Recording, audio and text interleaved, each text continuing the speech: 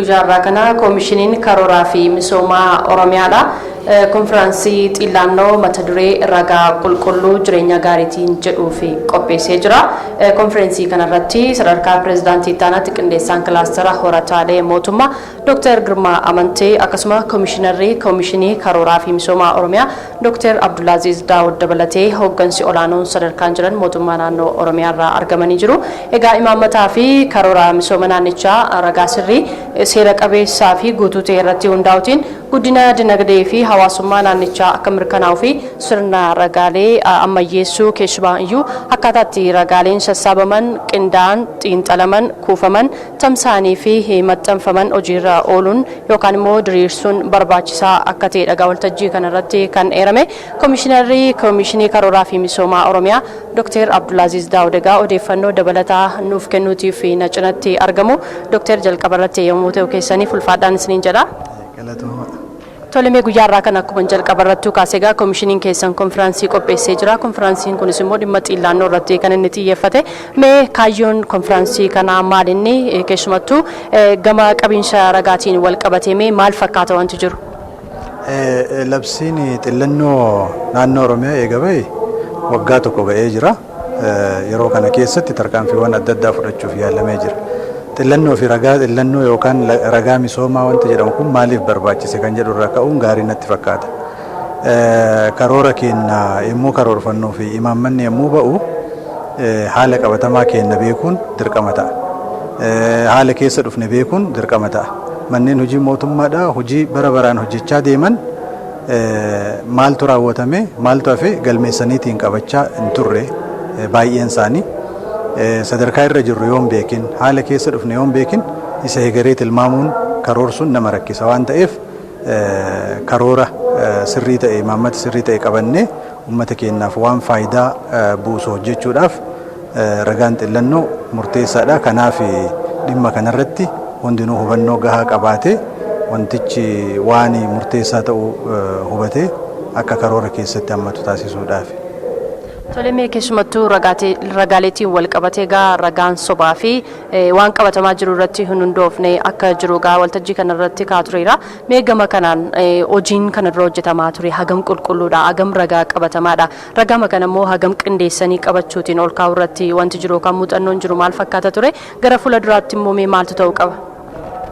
Ragaa qabachuu qindeessuu xiinxalanii itti gargaaramuu keessatti naannoon Oromiyaa muuxannoo gara waggaa 27 qaba. Kuni waan gaariidha. Garuu immoo ragaan kun akkamitti sassaabamaa dhufee akkamitti itti gargaaramaa dhufee yoo jennee ilaalle rakkina baay'ee of keessaa qaba. Bakka tokko tokko irraa ragaan argamu qulqullinaa fi waqtaa'ummaa kan qabaatu ta'us bakka baay'ee irratti ragaan sirnaan qabamee yeroo isaatti dhiyaachuu dhabuu isaatiin yookaan immoo ragaan wal faalleessu. Fakkeenyaaf ragaan aanaa irraa dhufuu fi ragaan naannoo irratti biiroo naannoo tokko irra jiru wal diduun kuni waan mul'atuuf ragaa sobaa ta'eetiin argama jechaadha.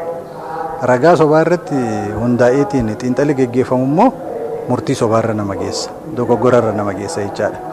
Misooma keenya akkamitti geggeessaa turre yoo jenne hamma tokko ragaatti gargaaramnee xiinxala ragaatti gargaaramnee karoorsinee kan raawwanne jira. Hamma tokko immoo fakkeenya piroojektota baay'ee fudhachuu hin dandeenya duubatti deebinee bakka hedduu irratti dhakaan bu'uuraa taa'aa ture.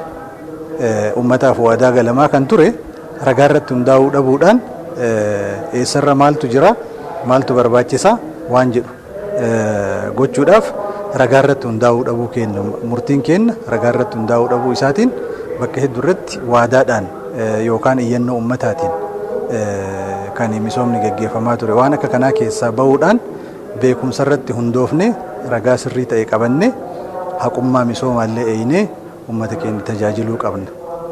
Mee ragaaleen kunnaan seeraan qabamuu dhabamuun isaanii hojiilee misoomaa hojjetaman keessatti mee miidhaa akkamiiti kan isaan qaqqabsiisanii gara fuula duraatti immoo mee gama koomishinii keessaniitiin bifa kamiin hojjechuuf kan karoorfamee jiru? Ragaan sirnaan qabamee hooggansis yookaan manneen hojiitis ragaa bu'uura godhataniitiin karoorsuu dhabuu murtee kennuu dhabuu irraa kan ka'e facaatiin bu'uura misoomaa kenna haqa qabeessa miti kan jedhu hubannoo akkasii qabna. Yaa'ii caffee darbee yoo laaltanii jiraattan gaaffiin bakka bu'oota uummataa irraa ka'aa ture waa'ee facaatii bu'uura misoomaatiin wal qabata. Bakka baay'ee irratti barnoota waliin gahuudhaaf yaaliin godhame gaariidha. Fayyaa waliin gahuudhaaf yaaliin godhame gaariidha. Bu'uura misoomaa gara biraa irratti gaaffiin haqa qabeessummaa bal'inaan ka'aa jira. So haqa qabeessummaa kan akka dabu kan taasise maal inni ragaa sirrii ta'e qabannee sirriitti hundoofneetiin murtii kennaa karoorsaa raawwachaa deemuu dhabuu kenna waan ta'eef kun dogoggora guddaadha jechaadha. Kana keessaa bahuudhaaf amma labsiin kun kan caffeedhaan bahe amma dambii irratti mari'atamaa jira. Ragaan qulqulluu ta'uu dhabuunsaa yeroodhaan dhiyaachuu dhabuun yookaan immoo dogoggora qabaachuun isaallee gaafatamummaa kan hordofsiisu akka ta'e. Maaliif uummanni mootummaa hin gaafata deebii san kennuudhaaf ragaa qulqulluu qabaachuu qabaa mootummaan.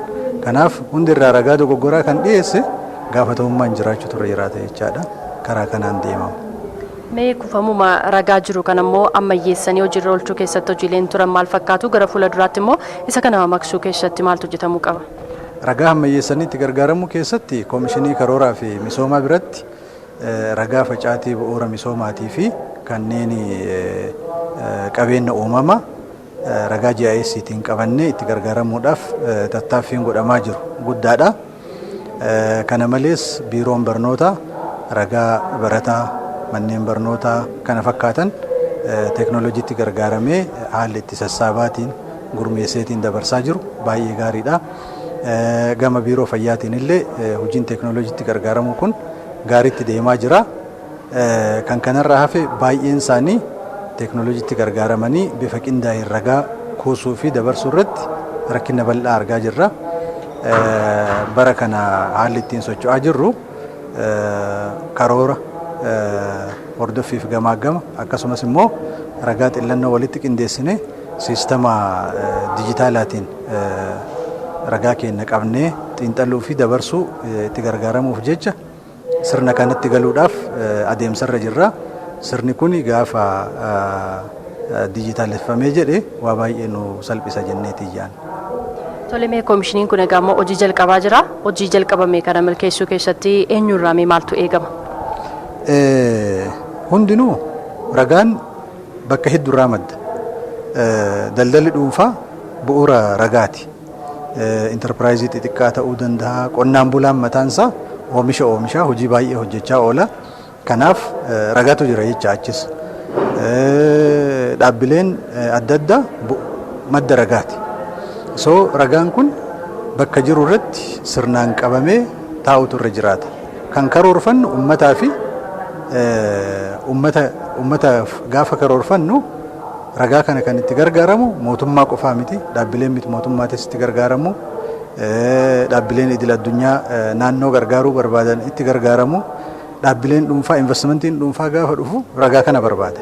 Ragaan waa tokko yoo ittiin agarsiifne investimentii keessa galuudhaaf abdiin horatu jechaadha.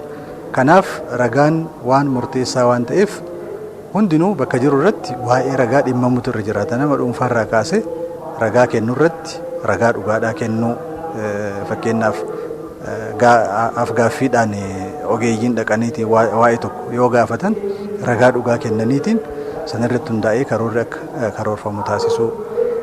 Dhaabbileen daldalaas akkuma kana waan isaan bira jiru ragaa sirrii ta'e kennuu, ragaa kana qabachuu, manneen hojii mootummaallee bifuma kanaan ragaa irratti xiyyeeffatanii hojjechuun irraa eegama. Hundinuu ragaa irratti qooda namni hin qabne jira jedheetiin hin yaadu. Tole Dooktar Ulfaadhaa yaada bal'aa nuu laattaniif. Egaa Efreem waltajjiin kun ammallee hin xumuramin jira. Waraqaaleen qorannoo garaagaraa dhiyaachuutiin irratti mari'atamaati kan jiru. Egaa odeeffannoon ammaaf qabnu kana fakkaata ture. Bal'ina isaa immoo oduu galgalaatiin qabannee kan dhiyaannu ta'a.